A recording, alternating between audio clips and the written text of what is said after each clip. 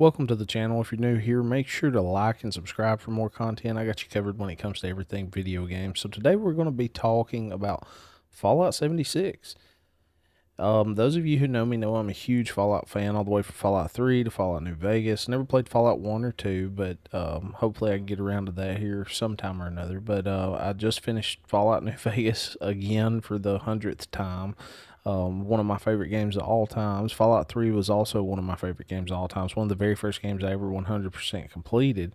But in either case, that's not what we're here to talk about. But um, if you're a huge Fallout fan, Fallout 76 may and may not be for you. So there's love and hate with Fallout 76 to me. So the let's just talk about the good stuff. So the good stuff is if you're playing with a friend, and you want to experience post-apocalyptic Virginia, and embark in this new world, new adventure type um, game with friends, it can be a lot of fun, and it is a lot of fun to me.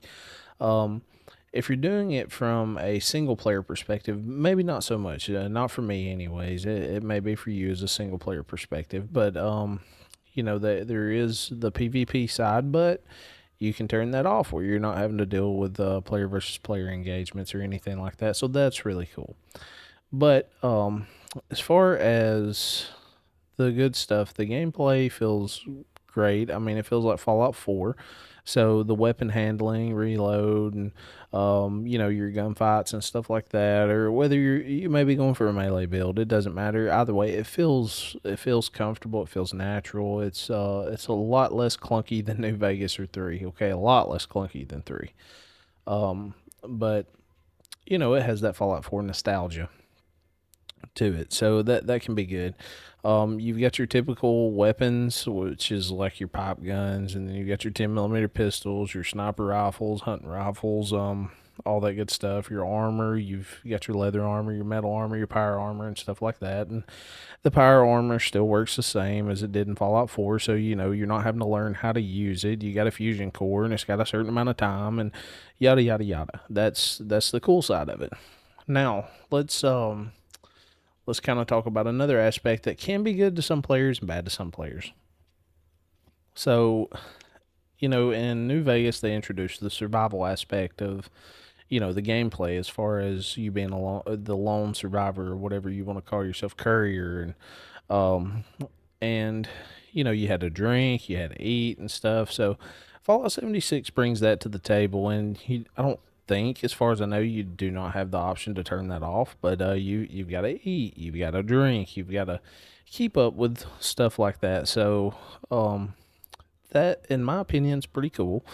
It does get kind of old at times, but either case, it doesn't bother me as much, but it may bother other players. But once you get used to it, it's not that bad. You can pick up diseases from food you eat and stuff like that, and drink, and so you've got to be a little careful about what you do. You got to think stuff out, and there's not a whole lot of pick up everything and carry it around either. So, you've got to be smart about how you store stuff and all that, because, now Stimpak's way and things like that. And you've got this new perk system, which is pretty cool.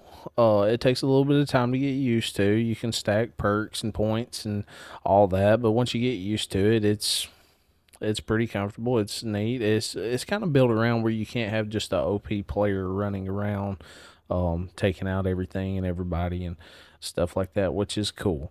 But like I said, it does take a little bit of time, especially if you're like me and you're used to the old perk system. So give it a chance, pay a little bit of attention to it. You'll enjoy it. But the enemies and stuff, there's not a whole lot of new when it comes to enemies. You've got your robots, which your robots are pretty simple. I mean, you got your iBots, your Securitrons, and uh, stuff like that. Your Mister Gusties. They're not super OP, but you've got your sentry bots and stuff that are just, you got to be careful. Like the one we took out, it was just, we're waiting on it to explode. It didn't. We get up close and it explodes. I mean, it just takes a lot of bullets, especially if you're a low level player and stuff. So, either case, the weapons and stuff. One thing that I don't like, the weapons has got this new crazy leveling system, so you got to be careful with all that. The building's back, so the crafting and stuff in Fallout 4, all that stuff's back, which is pretty cool, and it doesn't feel necessarily as clunky as it did in Fallout 4. It's got some clunky aspects, definitely, but they fixed a few things. But I wasn't expecting a whole lot out of Bethesda when it comes to like the building and stuff like that. But you basically come into the game, you've got to build your own base and stuff like that. I mean, it's they really brought a lot of survival to the game, a survival aspect. You gather wood and materials and stuff like that to craft stuff around your base, and you've got to defend your base with turrets and stuff like that. You have enemies come in, super mutants, and just all different kinds of things. There's a lot that goes into it. There is a learning curve, whether you're a new or old Fallout player. It doesn't really matter. There is that learning curve, but it's nothing super complicated. So, just to put it on a level of basis, if I had to rate this online game, I'm going to say online game. I'm not going to put it into the like based on a Fallout chart, but if I had to put it on an online multiplayer game, something for you and your friends to get on and enjoy for a little while and run around and do stuff and hang out and talk about your day or whatever you prefer to do when you're gaming with your buddies, I would put it on a scale 1 to 10. I would say probably about a 6 or 7 for me. Um, the crafting and stuff feels good. You can craft all different kinds of, ammo and weapons and just anything really. I mean, anything you can imagine that's in the game, you can pretty much craft, which is cool.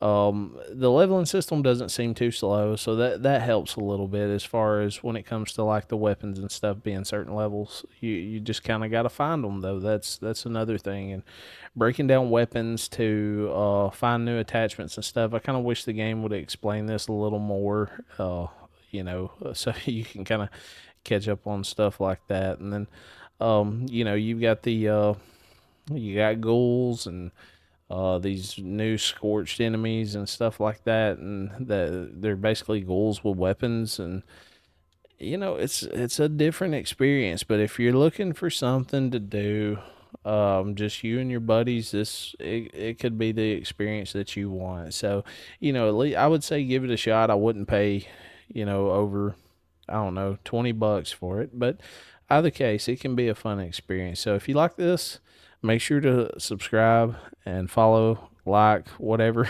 If you're on TikTok, it depends. If you're on YouTube, it depends. But make sure to do that. It helps me out a whole lot, and I appreciate it, guys, and I'll see you next time.